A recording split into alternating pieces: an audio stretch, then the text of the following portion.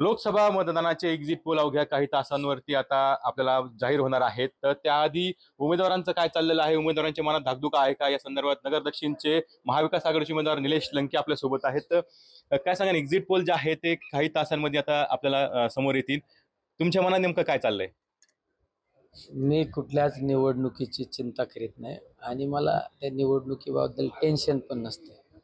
तुम्ही पाहिलं असेल, मी 13 तारखेला मतदान झाल्यानंतर माझा दिनक्रम जो असतो, लोकांच्या अडीअडचणी सोडवणे, लोकांच्या सुखादुःखात जाणे, ते माझा नेहमीप्रमाणे रुटीन चालू आहे. त्यामुळे मला निवडणुकीची चिंता नसते. मी विधानसभेच्या निवडणुकीच्या आधीसुद्धा सांगितलं होतं प्रचारात का मी कमीत कमी 50,000 मतांनी निवडून येईन.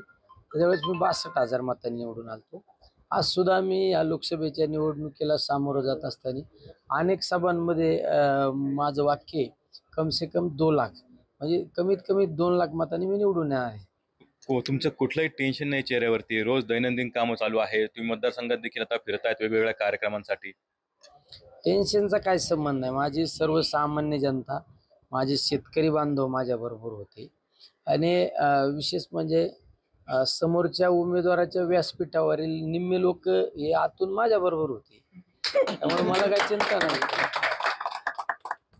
विजय तुम्हाला 100% विजयाची खात्री आहे? 100% नाही. मीच निवडून येत असतो. तुम्ही निवडून आल्या माझी बाईट घ्यायला या. तर निश्चितच आपण बघतो की 100% माझाच विजय होईल असा विश्वास जो आहे तो आमदार निलेश लंके यांनी व्यक्त केलेला आहे. कॅमेरा विक्रम बनकर, कुणाल जायकर, P9 मराठी, अहमदनगर.